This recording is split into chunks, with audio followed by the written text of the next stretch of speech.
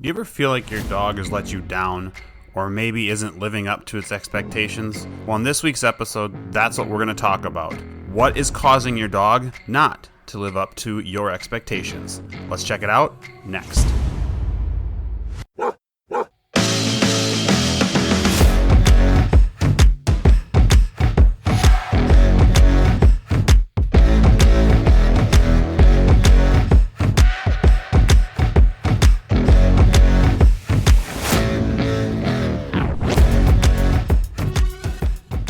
All right. Well, I'd say let's get this week going. But let's get this season, this whatever you'd say, going.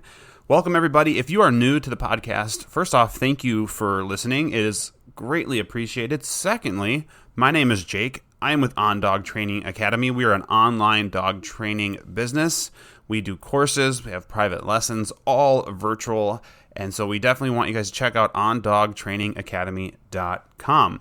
If you guys are frequent listeners, thank you so much for coming back. I did take some time off through the summer to train my dog, enjoy the weather, since Minnesota here was so bad for the winter. It just was really good to get outside and enjoy our garden and play with the dogs and just have a really good time. And unfortunately, it made it so that doing the podcast wasn't something I could do as often. So my plan going forward, if everything works out, is to run this year-round. We'll drop a new episode every week, and the way I'm going to do that is through pre-recording some episodes so that I can still go out and enjoy life in the summertime, and you guys can still get some good content, hopefully. So that is the plan. But on this week's episode, I kind of wanted to start this new one. First off, I have new music on the intro and then the outro. It's all new. I decided to revamp it just because, when you're doing podcasts as often or as long as I have, you kind of get tired of hearing the same intro music. And I wanted something that was going to kind of energize me and get me going and really get me excited to jump right into these podcasts. Not saying the last one did, but you know what? It's like your favorite song. You hear it over and over and over. After a while, you're just like, oh, and you turn the radio off when the song comes on because it's just, you've heard it so often. You're like, ugh. Maybe in 5 years from now, I'll come back to that song. And I'll be like, oh, that song's great. I want to go back to it. But for now, new song, upbeat, gets you pumped. So let's start talking. So like I kind of said at the beginning in the intro there, we do at times have our dogs let us down. And what we need to understand is why, right? Like, why did the dog let us down? And you could say, well, the dog jumped on company. The dog, did whatever, destroyed my couch, whatever it might be. But a lot of times what I find is we actually have to be looking back at ourselves and go, okay, well, what did you expect your dog to do, right? What is your expectations in those situations? And did you set your dog up for success for those situations, or were you just kind of hoping for the best? And what I kind of want to lead with here is, what are expectations? I want to dive into just what are expectations in general. And I think it's a belief that you hold about the outcome of an event, or in this situation, your dog.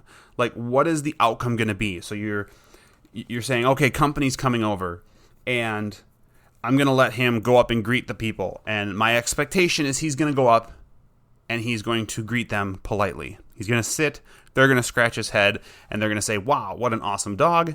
And then we're going to move on with the rest of our day. And maybe what actually happens is your dog, that I guess we'll stop there for a second. So that would be your expectation. That is what I expect the dog to do. And in my opinion, expectations are great. It's really good to kind of look ahead at what could be happening or what you expect to possibly happen. And especially, in my opinion, expectations are great for goal-directed behavior or goal-directed training. So like, if I'm going to a trial and I expect that there's going to be gunfire, I'm going to work on gunfire. If I expect there's going to be music playing, I'm going to train with music playing, right? So expectations are good for goal oriented training. But it can also lead to disappointment when your actions, which is what we're going to talk about here in a little bit, your actions don't match your expectations. So you maybe didn't do what was supposed to happen. So an example that I haven't trialed my dog in a while, but when I was trialing my dog, since he's half retired now at 7, when I was trialing my dog, I would be getting ready for a trial, and then I'd look at what the theme of the trial would be, or who was judging it, or whatever, and I would kind of envision how the trial was going to go in my head, right? You're like, okay, this is what's going to happen. This is the theme, so this probably will come up. These are the exercises my dog is good at, and these are the exercises my dog will struggle in, and it's just going to be what it's going to be, right? And then you don't do anything. So that's the example one, is like you have this expectation of what the trial is going to be, and you're like, yeah, my dog should pass this, no problem, even though you know there's some sticky points or sticking points, and you just do nothing. You say, yeah, but I should be fine. You get out at the trial, and your dog fails. And you're like, okay, that didn't go as planned. I'm super disappointed in my dog, the performance, whatever. What you should be doing instead is that same example using that trial, is I'm envisioning what's going to be at that trial. The theme is going to be whatever, right? Let's say the theme is going to be Halloween, because it's getting that time of year. Theme's going to be Halloween. Okay, what's going to be at Halloween? Probably scary masks, probably costumes, probably, I don't know, a robotic thing that's going ha ha ha ha, like some scary something or another, right? And you start to maybe fog. Maybe they're using a fog machine. And so you have all these things in your head of what's going to happen. And even though you expect my dog can do these things, I expect my dog to go out there, but my dog might struggle with a person wearing a mask or a robotic dog thing making noise. Well, my actions to make sure that my expectation of my dog passing happens is to train for that. I'm going to work on training. Okay, I'm going to make sure my dog sees people in masks. I'm going to make sure my dog sees Halloween decorations, whatever. So my actions are matching my expectations, at least getting closer. I don't think, especially for dog trials, and especially when you're dealing with dogs in general, I don't think you can have exact perfect actions meeting expectations, just because you're dealing with two living beings and it just happens. Life happens. But that is something I really want you to kind of think about. Like, okay, again, going back to my initial example of the dog jumping, well, if you're like, my expectations is my dog's going to go up and greet people. But if you're allowing your dog to jump on you ahead of time, or you haven't been really careful about not letting your dog be crazy and greet people inappropriately, then your expectations and your actions are way off, and you're setting yourself up for failure or disappointment in general. So what can you do to have your expectations and your actions work together? I have 4 different things that I think are a good start, are definitely a good start. The first one is to, this seems obvious, but it's not always obvious, or it's not always the case. It's just to make sure your expectations are realistic, right? Let's say you have a 9-week-old puppy, and you're taking your dog with you on a trip, and you're like, you know what? I expect my dog to not have accidents and to be completely clean. That's not necessarily fair for a 9-week-old puppy, right? I think that's unrealistic. And so you're almost setting yourself up, or your dog up, for failure. You're setting yourself up for a bad situation. You know, or if like we used to have a Basset Hound. If I was like, you know what, I got this Basset Hound, and my expectation is he is going to be the fastest agility dog to ever live. For one, that's absurd. For two, it's not only unrealistic, but it's also really unfair to put that type of pressure on myself, but more importantly, my dog.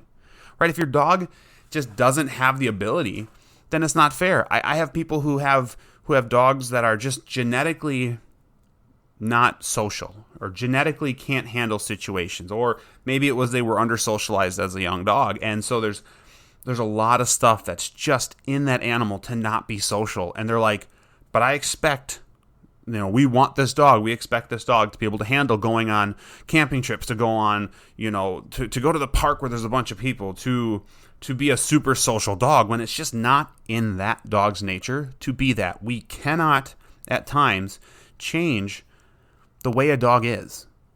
We can try, and part of dog training in general is trying to change things that are either impossible to train difficult to train or easy to train and possibly switch up. So kind of just be realistic with what your expectations of the dog are. Like, is this something that's going to be realistic? The next one then is to make a plan. This is something I do a lot, especially for trials and stuff.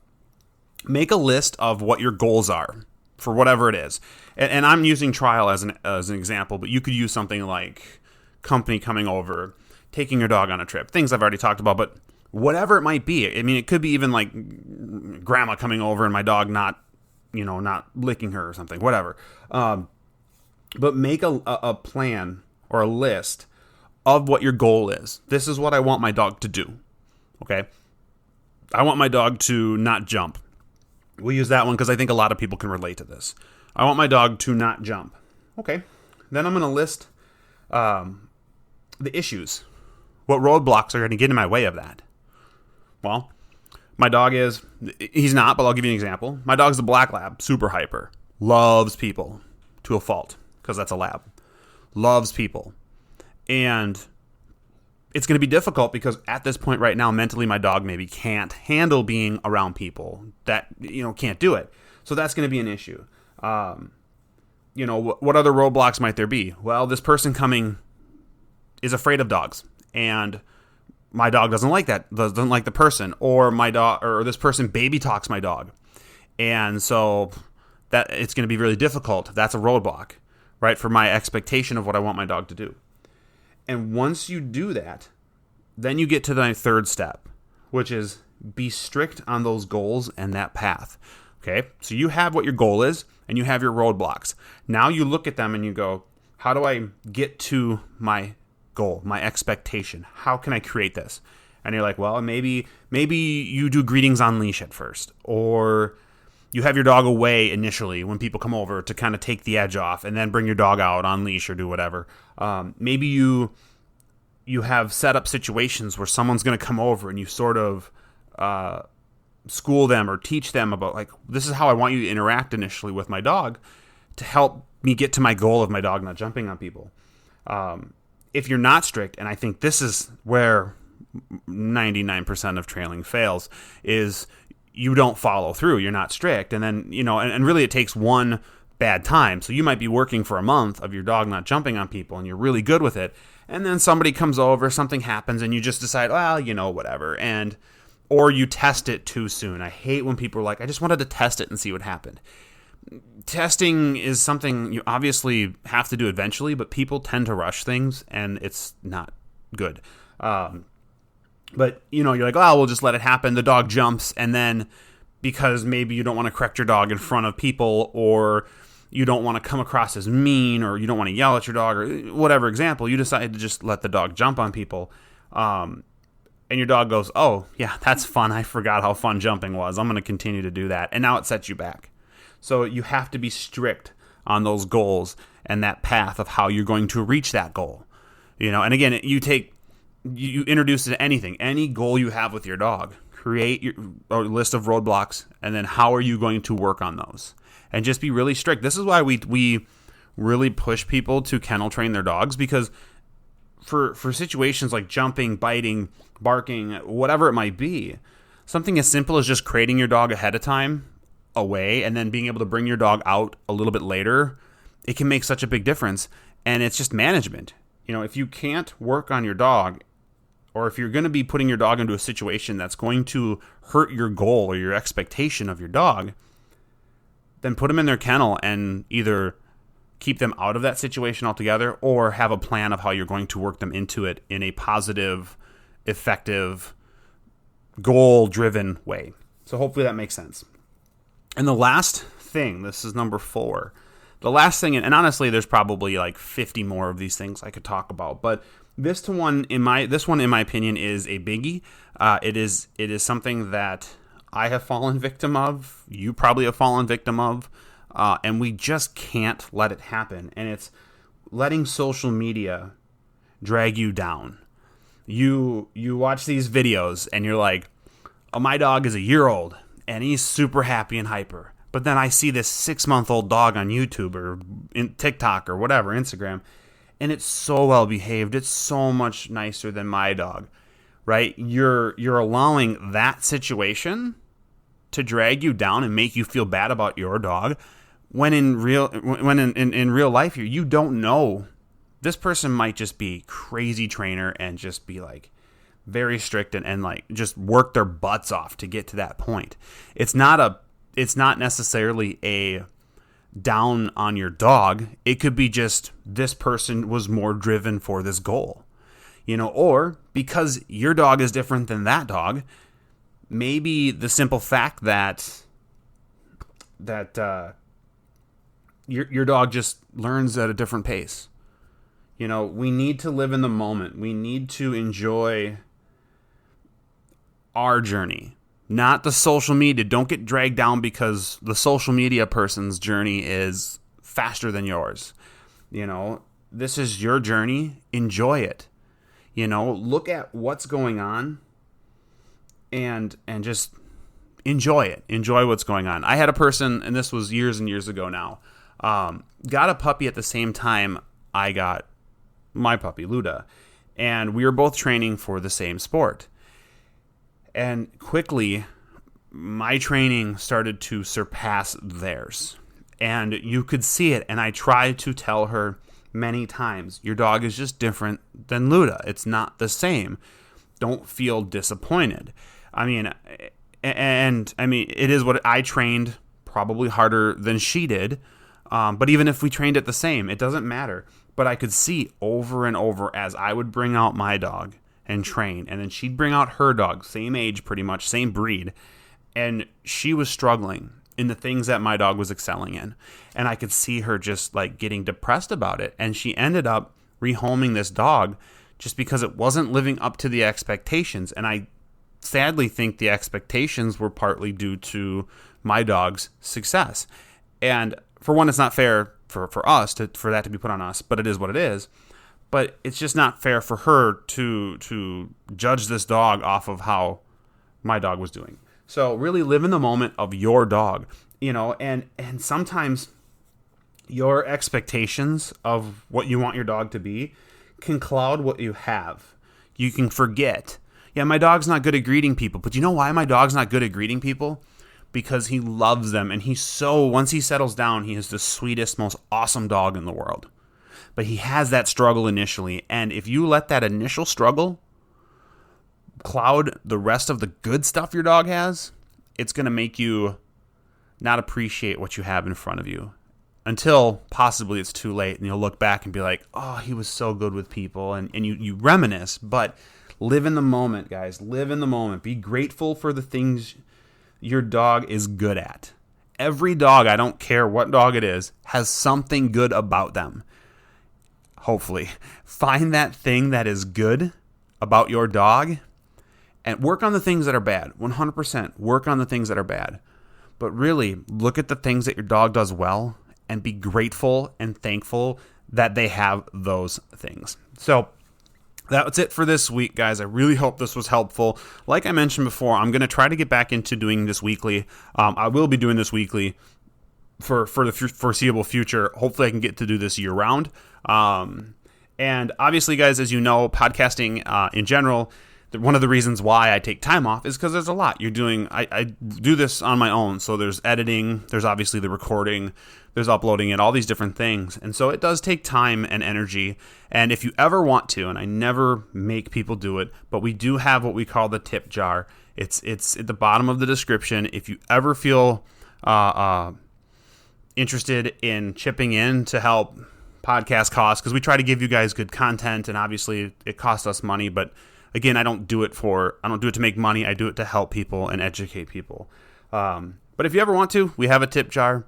We always throw links in the descriptions to things that we think are going to help people, whether it's free webinars or courses that we're putting on, or links to our courses, links to our website, our social medias, Instagram, Facebook, YouTube. We have all these different places, and the reason we put these links in there is because we think they can help you guys. So if you're not already, jump on YouTube, subscribe to our YouTube channel. I'm working on putting more long format videos on there. I have a lot of shorts and different things. Some of them are fun, some of them are educational. But just check all that stuff out. And obviously, if you guys hit us up on social media, whether it's Instagram, Facebook, or whatever, you can shoot us a message, and if you have a certain thing you'd like us to talk about, definitely reach out. We will be revisiting past podcasts if those podcasts have any additional information that we should add to it. So we'll run a new podcast saying, hey, we did this one back in 2000, but there's some new information and some really good stuff that we think we can add to it. And we'll almost basically do like a part 2 or 3 or 4. We'll do this for as long as there's new good information, because we just want you guys to have what's up to date, what's super helpful, what we found is helpful, whatever. So again, thank you everybody for listening this week. And hopefully, like always, we'll see you next week.